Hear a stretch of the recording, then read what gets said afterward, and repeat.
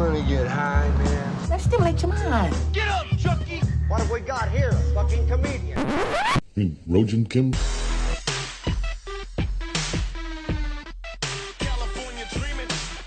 Hello, and welcome to the Rojan Kimcast. It's me, Rojan Kim. Thank you for listening to this episode of the Kimcast on this lovely Tuesday or Wednesday or possibly Thursday morning, noon, afternoon, night. Badger, my dog is crying because he's like, why are you podcasting instead of taking me out, Daddy? I think it's better for me to have a dog rather than a child for this very reason. I like to smoke a bowl in the morning. You know what I'm saying? I like to smoke a bowl before I take the dog out. And he'll be like whining and being like, come on, let's go out, let's go. And then I'll be like, I'm sorry, baby, but Daddy needs his medicine. And then I snap a bowl and gloriously imbibing my first bowl of the day. Feeling good, feeling like I want to tackle the world. Meanwhile, the dog's like, roar, roar, roar, roar. Right? See? Since it's a dog, that's just a funny little goofy story. If that was a child, that would be a record of abuse. See, that would be if I had a kid and every time before we were always late to school because I was snapping bowls in the morning. That's just the child would be taken away from me. In this case, I'm still a good dog parent or dog owner. I guess dogs are considered property, not to the people who have them. They're like, that's not my, but, to the cops, when they bust in your house and shoot your dog, that's, nobody, they do it because they won't get in trouble. Nothing will happen to them. It's just a way of hurting your feelings that they can do. And that's why they do it. I think. Otherwise what? A lot of times, if you read some of these stories, these dogs are like leashed up or like small or whatever, It's there's no imminent threat. It's just like bust in, blam, dog, plow. I think my buddy Caleb had a good joke about, he said, how come dogs and black people are alike? Because cops like to shoot them. There's a little misdirect there. He makes you think he's going to be racist. And then he's like, no, Black Lives Matter. Indeed they do. Now, where are we? It's Thanksgiving, guys. Thanksgiving is coming up. Are you giving thanks? Are you taking them? Are you sharing, giving, trading, bartering your thanks? Are you filled with gratitude? Are you baby birding your gratitude into the mouths of others? Are you making sure that everybody knows how grateful you are? Have you saved enough money up for Black Friday?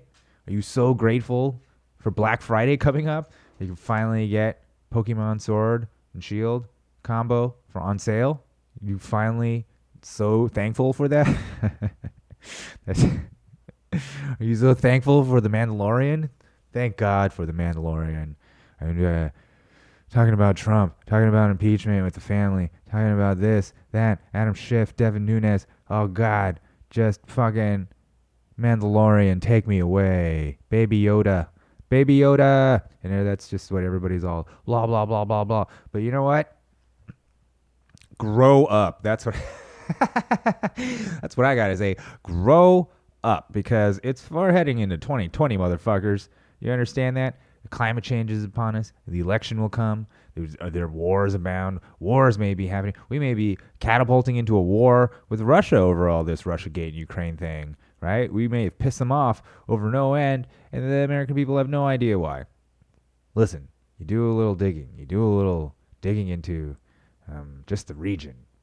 Ukraine, Russia. You just start watching documentaries. I watched this documentary called Ukraine on Fire, and then there's a follow-up documentary. I ended up watching it because it was recommended to me by a guest on the Scott Horton show or whatever. Scott Horton, he's an anti-war guy, libertarian guy. So there's a definite, libertarian sort of perspective to the recommendation, sure.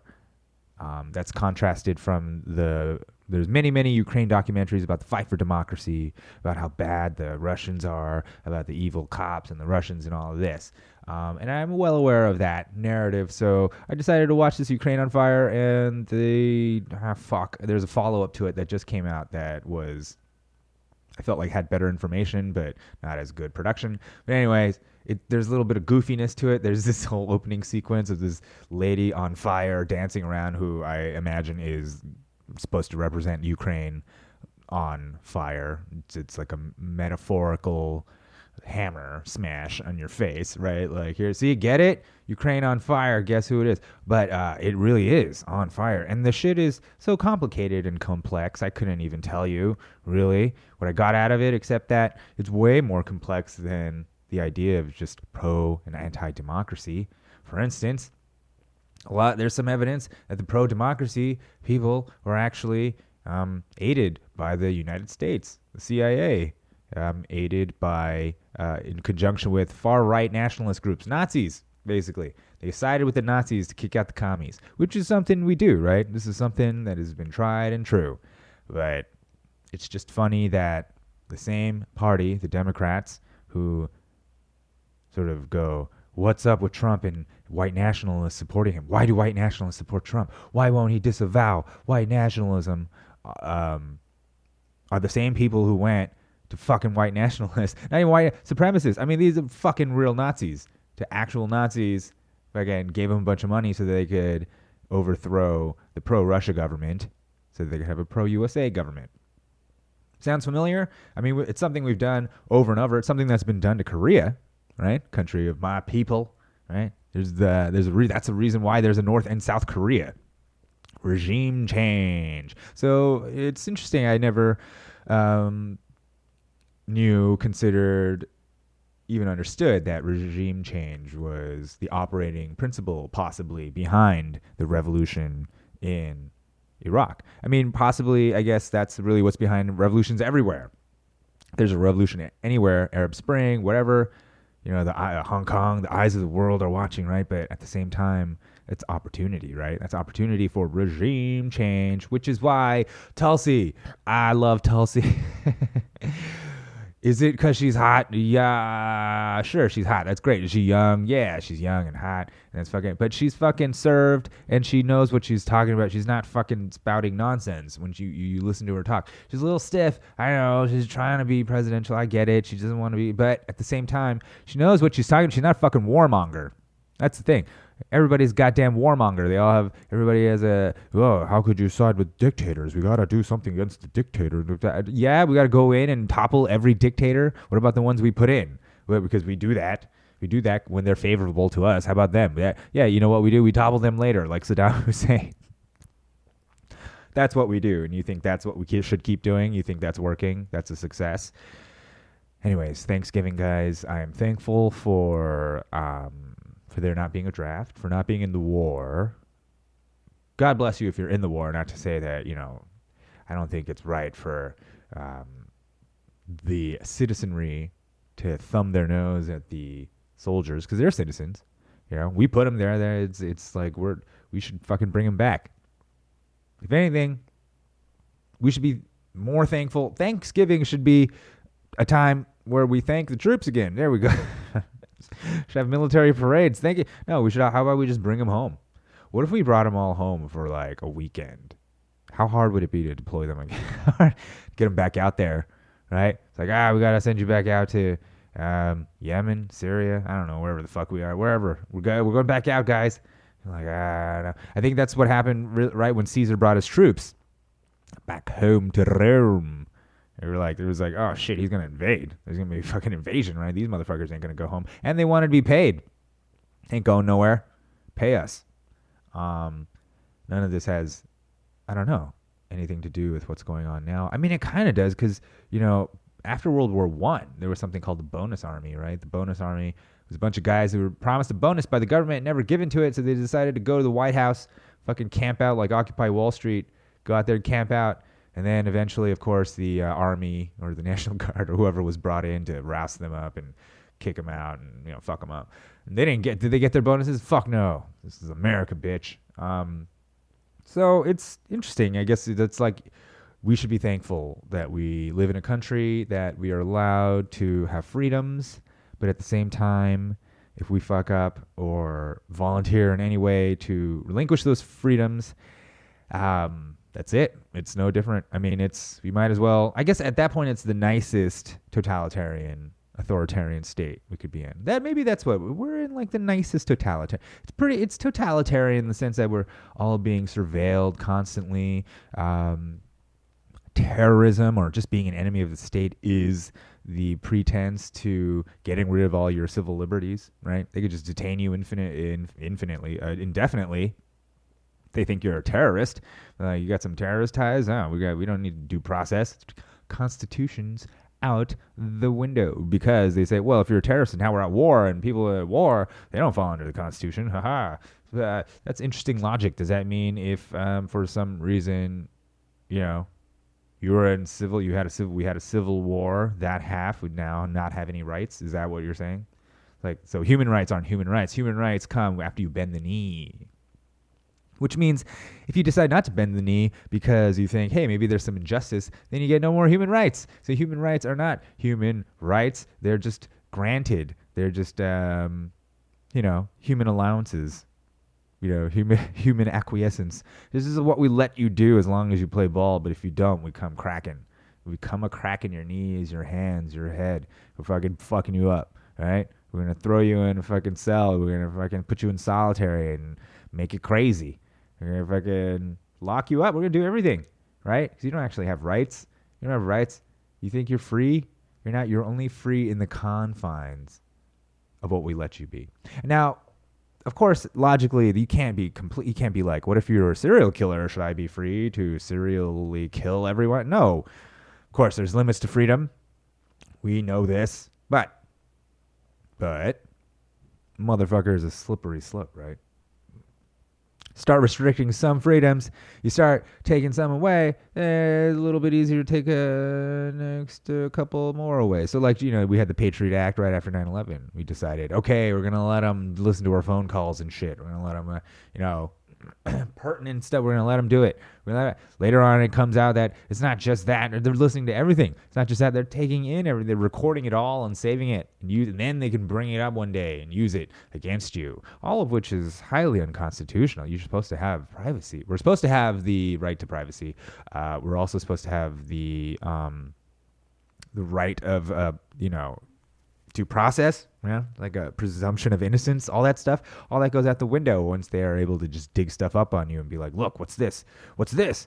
Which is kind of what's happening in society, right? That's what's happening with all this cancel culture, all these fucking open micers who fucking are bitter at funny people, so they go through their timelines and dig out stuff. The people who will be going through this very podcast and trying to find that snippet where I say, I'll chink. Okay, there you go. There, take it and run. And I'll probably have to say something like Beaner. Or I don't know. Okay, is this the game we're going to play? Because you know where it's headed. It's headed toward the end. We're going to go. This is the end. My only friend, the end. Okay, that would be weird. That would be an interesting Sesame Street thing to have about the letter N and be like, this is the N. Like, let's come up with N words. And you can't even do N in Sesame Street. It's gone. It's gone. Thanks a lot. Who do we blame? I don't blame. I don't know. Do you blame the people who are created the concept of the N word, who decided to censor it? Or do you blame the people who started the N word?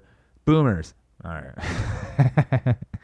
Weird segue or diversion into the N-word, as I am prone to do as your favorite alt-right banana. Well, listen. So here I am. I'm rambling about fucking being thankful, about the country, about freedom, about all this shit, and about how we live in a hypocritical society where we don't truly have freedoms, and that is reflected in our culture itself. So the government is basically saying, hey, you don't really have rights. We're going to just dig through your stuff and find what we think is bad. That's what matters. Are you bad? Right? The law doesn't matter. You can break the law and be on the right side and you'll be fine. You break the law, but you're on the wrong side. Now you're bad. So then the law doesn't fucking matter. It's all about whose side you're on, right? That's why this woke shit, again, with the comedians going through stuff, they're on the side of good, right? And then all the racists or whatever, me, Mr. Alt-Right, banana, I'm not alt-right. I just think it's funny. Call myself that, okay? I'm not alt-right. I don't even think it exists, okay? I'm not left or right. I have disavowed both sides of my body, okay? I disavowed the left-right spectrum. I've disavowed any kind of binary. I've disavowed all of it because I think it's absurd. It's patently absurd. The world is much more nuanced and complicated, and we can talk about things from all different angles. Think about your own life. Do you only lead one way of living? Are you only a fucking liberal, like straight down the ticket, fucking bleeding heart liberal? Are you only a fucking progressive? Are you only a conservative? Are you only... No, you're an amalgam. You're a mixture of things because the world is fucking complex, okay? This is not very good for news, not very good for ratings, not very good for driving emotions, right? Driving emotions drives sales, but logic and reason is actually what we need to use to get ourselves out of the messes we're in. That's I guess, I don't know. Maybe that's the whole thing, is that like you say you have freedom, but then you really don't. So then we live in a state of hypocrisy. It's very much like what happened with Prohibition, right?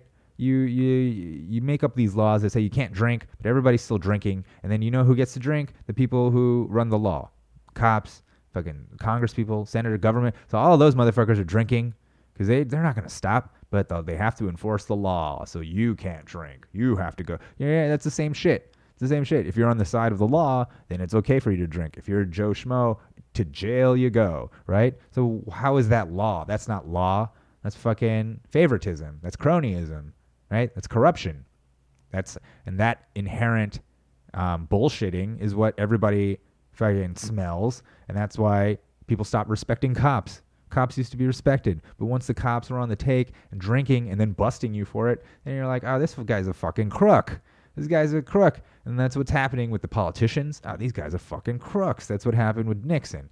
Motherfucking crooks, right? That's when Reagan came, and we're like, yeah, he's not a crook because he's an actor. He's actually a crook who's just a really good actor.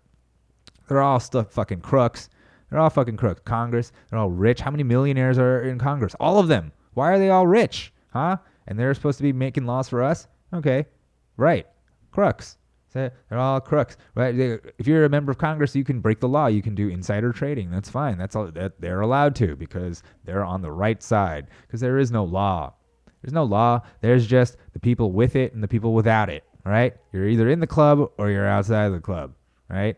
There's no law, right? And that's how we all feel now as a society, as people go through our shit, as people dig through your things, trying to cancel you, trying to bring you down, trying to figure out how to establish themselves on the side of the good and put you on the side of the bad so that they can be better than you, get one over on you, feel better about themselves, reassure themselves that they're good. They're good people.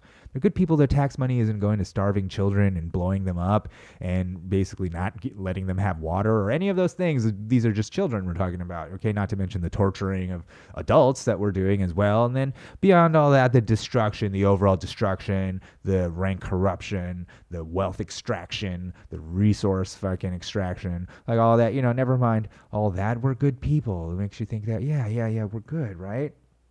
We're all doing good stuff. We're all doing good stuff, And the problem's them, you, them, the bad, the racism. How can you be racist? That's so bad, right? Complete lack of inward self-examination. Complete lack of what is it making up my life? Is it external forces? Is it my job to be on the side of good, to fight evil? Or should I look inside myself and see that I'm composed of both good and evil? I'm definitely capable of being on the other side. In fact, perhaps there's no true good and evil in a sense until maybe you look back. But while shit's going on, on the ground, people are just human beings. Every human being is capable of great evil and great good, right? That's the truth. That's what's scary. It's comforting to be like, no, I would never say a racist thing, and I would never be bad and do the bad things and do any of those bad things. I would never do it. Yeah, never. Man, push comes to shove, people will do anything. That's what the Joker tried to teach us. Terrible scene. I hated that scene. But, overall, and that is not a great scenario. That's a stupid scenario. I think you could make a better scenario, right? Just how you push someone, they'll go there. Fugitive, man, with Harrison Ford. All right. Okay. I don't know. What am I just yelling? Am I just yelling about being thankful? Being thankful, gratefulness, thankfully. We are rounding the bend. All right. Guys, thank you so much for listening to the Rojan Kimcast. Please follow me on Twitter. Please follow me on Instagram. Go to my website, rojankim.com. Subscribe to me on iTunes or Apple or Twitcher. Spotify. I don't know if I'm on Spotify. I just Google it. Rojan Kimcast. Find me out there. I'm going to be doing comedy soon. I mean, I am doing it now, but perhaps I'll be doing it at a place where you could come see me soon. So there's that as well. So thank you very much. Listen, please hold your loved ones. Be thankful. Try to hold some gratitude in your heart. Forget all this bullshit. Trump, fucking racism, cancel culture. None of this shit matters. None of it really matters. Does it really matter? It's the people around you. The people around you who are arguing in favor of Trump's impeachment or against it. The people around you are just screaming at each other because of Russiagate or Ukrainegate or the president's a crook or the whole establishment is out to get him or whatever side you're on. While you're watching them do this, screaming at each other, just remember, they're who matters. Family. That's actually the most important thing to you. The shit that they're arguing about and screaming at each other for and hyperventilating about, that's just a distraction. What's really important. Imagine one of those people fucking in the hospital on their deathbed. Yeah? You're gonna bring up Trump then? You're gonna bring up the impeachment? Or that? I know you're about to die, but I think there's gonna be evidence coming down the pipe, real bombshell, that's gonna break this thing the whole while. It's not important. Just remember what's important in your life. What am I doing? Okay, I gotta walk the dog. All right, guys.